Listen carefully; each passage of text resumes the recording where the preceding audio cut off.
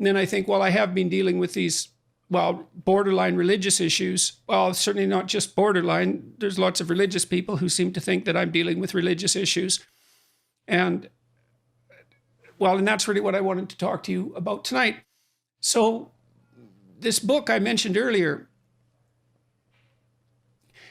talked about disagreements with my conceptualization of Christ, let's say, and I'm not sure what that conceptualization is, by the way, exactly. It's a mystery to me, but I can say some concrete things about it. I mean, I understand and appreciate the symbolic significance of the ideal human being, and that finds its embodiment. And I took these ideas in large part from Jung and Erich Neumann, that Christ is at least a representation of the ideal man, whatever that is. And we all, interestingly enough, we all seem to have an ideal, and that ideal has us, right? And that's where it's very interesting to consider the role of conscience, because your conscience will call you out on your behavior. And so it seems to function as something that's somewhat independent, or at least as something that you can't fully voluntarily control. Because if you could voluntarily control it, then you just tell the pesky little bastard to go away, or to pat you on the back continually, because there must be few things in life more pleasurable than being a fully committed narcissist, to really believe that everything that you do is right and that you're a good person. And I suppose if you could wave a magic wand and rearrange your mind so that it was constantly telling you that, you'd do it. But you don't seem to be able to do that in relationship to your conscience. It trips you up. And so it tells you when you're not living up to your own ideal. And that means that you have an ideal and you don't even know what the hell it is, but you certainly know when you transgress against it. And I know that there's a strong line of Christian thinking that's identified the conscience with divinity, sometimes with Christ inside, sometimes with the Holy Spirit. And those are very interesting conceptualizations, but you can think of them psychologically, and you can even think about them biologically, to some degree, because we're so social. If we don't manifest an appropriate moral reciprocity, we're going to become alienated from our fellows, and we won't survive, and we'll suffer and die, and we certainly won't find a partner and have children successfully. And so, to some degree, the conscience can be viewed as the voice of reciprocal society within, and that's a perfectly reasonable biological explanation. But the thing is the deeper you go into biology, the more it shades into something that appears to be religious, because you start analyzing the fundamental structure of the psyche itself, and it becomes something.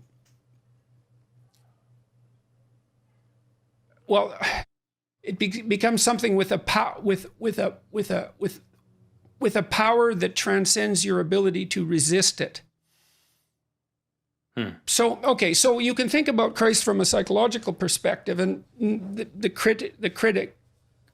my critic, this particular critic that I've been reading,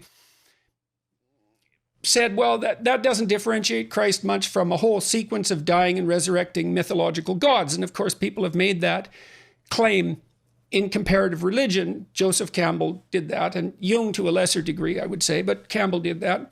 But the difference, and C.S. Lewis pointed this out as well, the difference between those mythological gods and Christ was that there's a representation of, there's a historical representation of his existence as well. Now, you can debate whether or not that's genuine.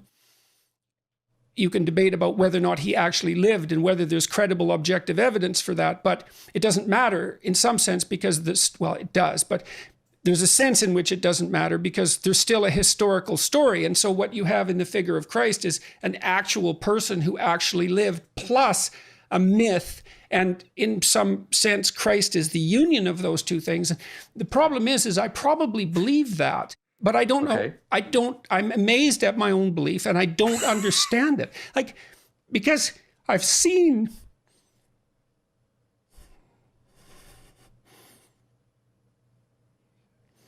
sometimes the objective world and the narrative world touch. That's Jungian synchronicity. Yeah. And I've seen that many times in my own life. And so in some sense, I believe it's undeniable.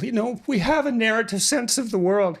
For me, that's been the world of morality. That's the world that tells us how to act. It's real. Like, we treat it like it's real. It's not the objective world.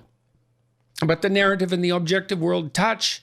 And the ultimate example of that, in principle, is supposed to be Christ. But I don't know what that seems to me oddly plausible. Yeah. But I still don't know what to make of it. Partly because it's too terrifying a reality to fully believe. I don't even know what would happen to you if you fully believed it. If you believed in the story of Christ, or if you believed that history and let's say the narrative meet, let's both, say. I think you, because when you believe that, you buy both those stories. You believe that the narrative and the objective can actually touch. Yeah. I mean, we saw that, you and I mean, this is a trivial example, but when we were discussing, we had a sequence of discussions around frog symbolism 4 years ago. Yeah. That was very bizarre, to say the least. And that was a trivial example, relatively trivial example of the narrative world and the objective world coming together. Didn't feel that trivial at the time.